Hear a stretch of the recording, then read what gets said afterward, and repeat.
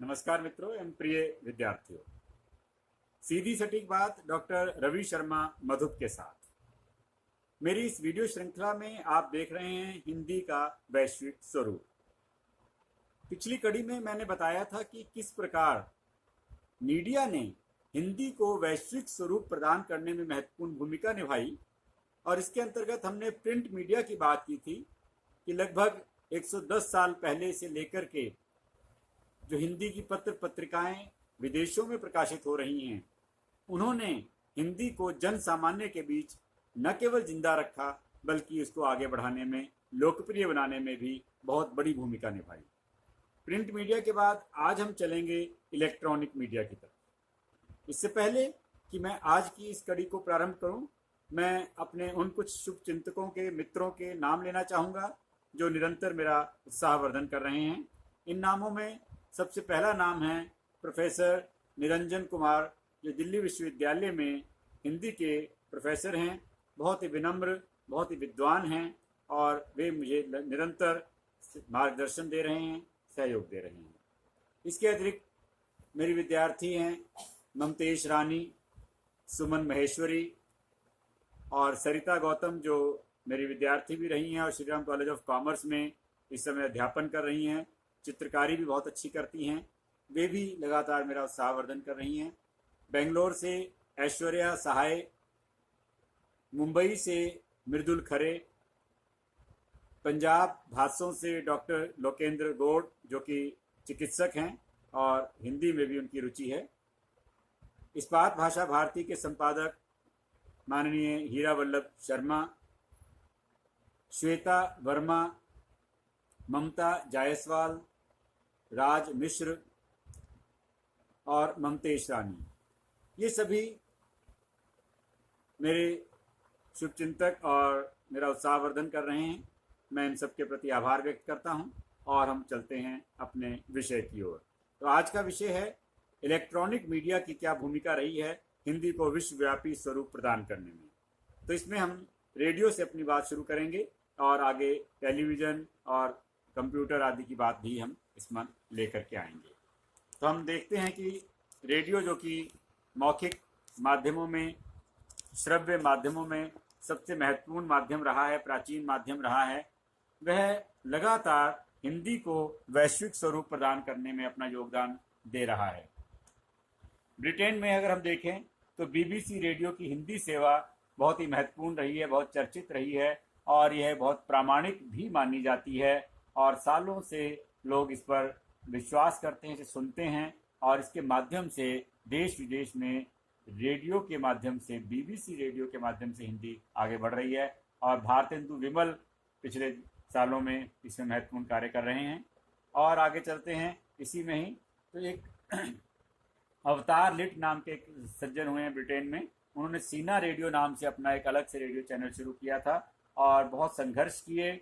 संगम radio एक channel चल रहा था और ये सीना रेडियो आगे सनराइज रेडियो में परिवर्तित हो गया, और जिसमें मेरे नाम राशि रवि शर्मा ब्रिटेन के बहुत ही चर्चित नाम हैं जिन्होंने वहाँ हिंदी को आगे बढ़ाया है। और ब्रिटेन में हिंदी रेडियो में रवि शर्मा एक ऐसा नाम है जो बहुत ही चर्चित रहा, घर घर में पहुँच चुका है। और आपको जानकर अच्छा लगेगा कि हरियाणा के एक गांव से निम्न मध्य वर्गीय परिवार से निकले रवि शर्मा ने ब्रिटेन में जाकर के रेडियो के माध्यम से अपनी पहचान बनाई है और वे इस समय सबसे अधिक पैसा लेकर वहां काम करने वाले लोगों में से आज एक हैं और उनके द्वारा दिए गए कार्यक्रम बहुत लोकप्रिय हैं। और किस तरह से लंबा संघर्ष किया, इसको तेजेंद्र शर्मा जी ने प्रवासी टाइम्स के जून 2005 अंक में इसके ऊपर एक लेख भी छपा है जो इस बात का द्योतक है कि रवि शर्मा ब्रिटेन हिंदी में पर्याय बन चुके हैं। ये उनका चित्र भी उन्होंने दिया था और ब्रिटेन हिंदी में बड़ा नाम है रवि शर्मा। इसके अतिरिक्त हम आगे बढ़ते हैं तो वॉइस ऑफ अमेरिका एक चर्चित चैनल रहा है। रेडियो कालोन जर्मनी का चैनल है। जापान में हिंदी रेडियो चैनल 1945 से चल रहा है। कोपेनहेगन डेनमार्क से 2003 से हिंदी रेडियो प्रसारण चल रहा है।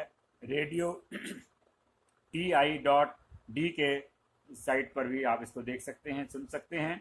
ऑस्ट्रेलिया से voice of Australia, national channel of Australia जिसकी संपादक अनीता बरार हैं, ये हिंदी में कार्यक्रम दे रहा है।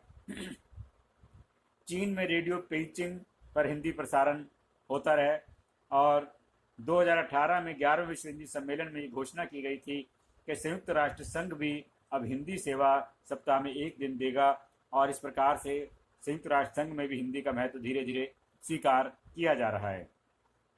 अगर हम आगे बढ़ते हैं तो इसमें रेडियो में एक नाम और नीचे आया है, इसको आप देख पाएंगे, फ्रंटलाइन रेडियो कनाडा।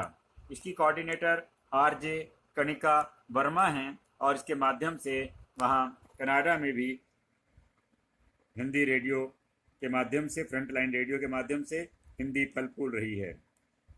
भारत में आपको मालूम है कि आकाशवाणी एक बहुत ही महत्वपूर्ण भूमिका निभाता रहा है पूरे दूर दराज तक हिंदी को पहुंचाने में। लेकिन आपको शायद ये जानकारी न हो कि 1936 में प्रारंभ हुआ ये जो रेडियो आकाशवाणी है, ऑल इंडिया रेडियो, 1948 से अपनी विदेश प्रसारण सेवा में हिंदी के कार्यक्रमों को सम्मिलित करके विश्व भाषा बनाने में जुटा हुआ है।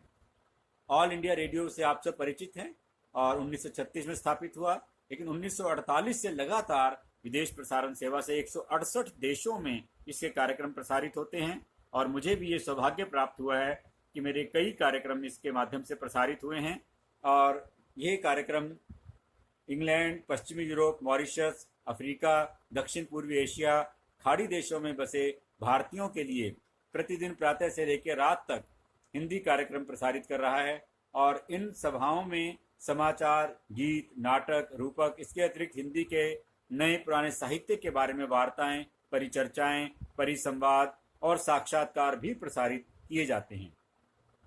विदेशों से इन कार्यक्रमों के प्रति जो लोगों की प्रतिक्रिया मिलती है उससे पता चलता है कि हिंदी के माध्यम से आकाशवाणी विदेशों में बसे असंख्य भारतीयों को अपने देश से जोड़े हुए है। उनके लिए आकाशवाणी एक प्रकार से भारतवाणी है। तो ये रेडियो के महत्वपूर्ण भूमिका है, हिंदी को वैश्विक स्वरूप प्रदान करने में आकाशवाणी की भूमिका। इसके अतिरिक्त हम देखते हैं कि मॉरिशस, फिजी, सूरीनाम, त्रिनिडाद, टोबैगो, वहाँ भी रेडियो पर हिंदी के कार्यक्रम निरंतर प्रसारित किए जाते हैं और इन कार्यक्रमों के द्वारा ही वहाँ के लोग कुंदन लाल सहगल, खुर्शीद बेगम, हेमंत कुमार, अनूप जलोटा, तलत अजीज, जगजीत सिंह जैसे लोकप्रिय गायकों से परिचित हो पाते हैं। फिजी में हिंदी भाषा के प्रसार में रेडियो की अत्यंत महत्वपूर्ण भूमिका रही है। सुबह 5:30 बजे से रात 12 बजे तक रेडियो पर प्रसारित होने वाले कार्यक्रमों में से सर्वाधिक कार्यक्रम हिंदी भाषा में ही होते हैं। वहाँ रेडियो विज्ञापनों में भी हिंदी को प्रमुखता प्राप्त है। तो ये तो थी बात रेडियो की। भारत में 1956 में शुरू हुए टेलीविजन के बढ़ते प्रभाव ने भी हिंदी को पूरे विश्व में फैलाया है। उपग्रह चैनलों के कारण हिंदी के कार्यक्रमों का विस्तार विदेशों में अत्यंत तीव्र गति से हुआ है। त्रिनिडाद में स्थानीय टेलीविजन मस्ताना बहार, इंडियन वैरायटी आदि कार्यक्रमों द्वारा हिंदी को आगे बढ़ा रहा है।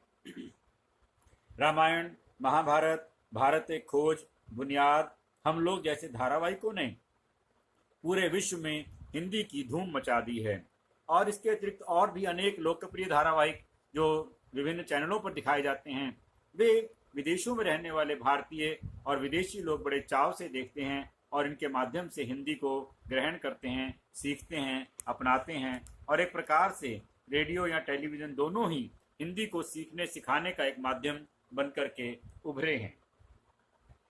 अब हम आगे बढ़ते हैं हिंदी सिनेमा की तरफ। इलेक्ट्रॉनिक मीडिया का एक अन्य महत्वपूर्ण और प्रभावशाली रूप है सिनेमा। मुंबई में 3 मई 1913 को प्रदर्शित हुई पहली हिंदी फिल्म राजा हरिश्चंद्र के बाद से भारतीय फिल्म उद्योग और हिंदी फिल्मों ने एक लंबा रास्ता तय किया है। भारतीय फिल्मों से समस्त विश्व आकृष्ट हुआ है। त्रिनिडाद और टोबैगो में हिंदी फिल्में बहुत लोकप्रिय हैं। अवकाश के दिनों में वहाँ के सिनेमाघरों के आगे लंबी कतारें लगी रहती हैं। मॉरिशस, फिजी, पाकिस्तान, बांग्लादेश, नेपाल, रूस, बुल्गारिया आदि देशों में हिंदी फिल्मों और गानों के प्रति पागलपन की सीमा तक आकर्षण है। रूस में तो आप जानते हैं, राज कपूर एक ऐसा व्यक्तित्व रहा है जिसने पूरे रूस को बांध लिया अपने आकर्षण में, और उसके कारण लोग हिंदी फिल्मों से, भारतीय संस्कृति से और हिंदी भाषा से जुड़ते चले गए। नए दौर में अमिताभ बच्चन, शाहरुख खान, आमिर खान, ऐश्वर्या राय आदि के दीवाने पूरी दुनिया में मौजूद हैं। हम आपके हैं कौन, बागबान, नमस्ते लंदन जैसी अनेक फिल्में पूरी दुनिया में रिकॉर्ड तोड़ सफलता प्राप्त करती रही हैं। भारतीय संस्कृति और उसकी वाहक हिंदी भाषा के प्रति विदेशों में बसे भारतीयों की निष्ठा का प्रमाण भी ये हिंदी फिल्में हैं। तो हिंदी फिल्मों से आगे बढ़कर के हम चलते हैं इंटरनेट की ओर। इंटरनेट, जैसा कि हमने कहा, ये एक नया माध्यम है जो बहुत तेज़ी से बहुत लोकप्रिय हो रहा है और इसने सभी कुछ को समेटना अपने भीतर शुरू कर दिया है। पिछले लगभग 2 दशकों में यह बहुत लोकप्रिय हुआ है और इसने पूरी शताब्दी की, 20वीं शताब्दी की उपलब्धियों की जो चमक थी मीडिया में, उसको फीका कर दिया है। इंटरनेट पत्र पत्रिकाओं, रेडियो, टीवी, फिल्मों, पुस्तकों आदि सभी माध्यमों का संगम है, यानी एक में अनेक। यहाँ मैंने पहले शुरू में बताया था, कल मीडिया के बारे में बात करते समय पिछली वीडियो में बताया था मैंने कि इसमें आप पुस्तकें, पत्र पत्रिकाएं पढ़ भी सकते हैं, इसमें आप संगीत, संवाद सुन भी सकते हैं और इसमें आप फिल्मों को, चलचित्रों को देख भी सकते हैं। इसने सभी को अपने भीतर समेट लिया है। प्रारंभ में हिंदी यहाँ पीछे थी, लेकिन अब पिछले 2 दशकों में हिंदी ने इंटरनेट और कंप्यूटर पर भी अपना जादू बिखेरना शुरू कर दिया है। आज अनेक ऐसे साहित्यिक चैनल हैं जो हिंदी साहित्य को, हिंदी भाषा को आगे बढ़ा रहे हैं। अभिव्यक्ति.com, अनुभूति.com, hindiNest.com, सिफी.com, rediff.com, याहू का हिंदी क्लब, वेब दुनिया आदि अनेक ऐसे महत्वपूर्ण माध्यम हैं जो इसमें कार्य कर रहे हैं। और इसके साथ ही साथ यूट्यूब, जो एक नया माध्यम है, उसने हिंदी के प्रचार प्रसार में आश्चर्यजनक भूमिका निभाई है। आज किसी भी विषय पर आप देखें, यूट्यूब पर आपको हिंदी में जानकारियाँ उपलब्ध हो जाती हैं, सामान्य विषय से लेकर बहुत गूढ़ विषयों तक। आगे बढ़ते हैं तो फेसबुक को हम देख रहे हैं, वह पिछले सालों में एक बहुत बड़ा माध्यम बन के उभरा है। ट्विटर और ब्लॉग लेखन ने भी एक नया मंच प्रदान किया है लेखकों को, साहित्यकारों को, और अपने अपने ब्लॉग लिख करके वे लोग अपनी बात दुनिया तक पहुंचा रहे हैं। इंटरनेट ने देश और काल की सीमाओं को समाप्त कर दिया है। क्षण भर में यहाँ कही गई बात पूरी दुनिया में सुनी जा सकती है, पढ़ी जा सकती है, देखी जा सकती है। और इस प्रकार हिंदी, जो पहले धीरे धीरे प्रादेशिक से राष्ट्रीय बन रही थी, अब वह राष्ट्रीय से अंतर्राष्ट्रीय या कहीं वैश्विक स्वरूप तेजी से प्राप्त कर रही है मीडिया की सहायता से। आज हिंदी के सभी प्रतिष्ठित दैनिक समाचार पत्र, चाहे दैनिक हिंदुस्तान, अमर उजाला, जागरण, भास्कर, राजस्थान पत्रिका, इसके अतिरिक्त महत्वपूर्ण पत्र पत्रिकाएं सारी, पांचजन्य, मिड डे, मिलाप, इंडिया टुडे, आउटलुक, प्रभा साक्षी आदि, इन सब के ऑनलाइन संस्करण भी उपलब्ध हैं। इसके साथ ही सभी न्यूज़ चैनल, आज तक, जी न्यूज़, स्टार न्यूज़, सहारा समय, NDTV आदि प्रमुख न्यूज़ चैनल भी पूरे विश्व में हिंदी को आगे बढ़ाने में महत्वपूर्ण भूमिका निभा रहे हैं। तो इस प्रकार हम देखते हैं कि इलेक्ट्रॉनिक मीडिया ने हिंदी को सरस और रोचक बनाकर पूरी दुनिया तक पहुंचने में अपनी भूमिका निभाई है, और यही कारण है कि आज हिंदी वहां भी पहुंच गई है जहां हमने कभी कल्पना भी नहीं की थी। बहुत से देशों में ऐसे भी लोग हैं जो हिंदी फिल्मों के गाने गाते हैं, भले ही उन्हें हिंदी का अर्थ, उन गानों का अर्थ समझ में ना आ रहा हो। तो ये भारतीय गीत संगीत हिंदी की ताकत है जो उसे विश्व में आगे बढ़ा रही है और एक वैश्विक भाषा का दर्जा दिलवा रही है। तो हिंदी के वैश्विक स्वरूप के बारे में अभी कुछ और बातें बाकी हैं जिन्हें हम अगली कड़ियों में करेंगे। तो देखते रहिए सीधी सटीक बात डॉक्टर रवि शर्मा मधुक के साथ।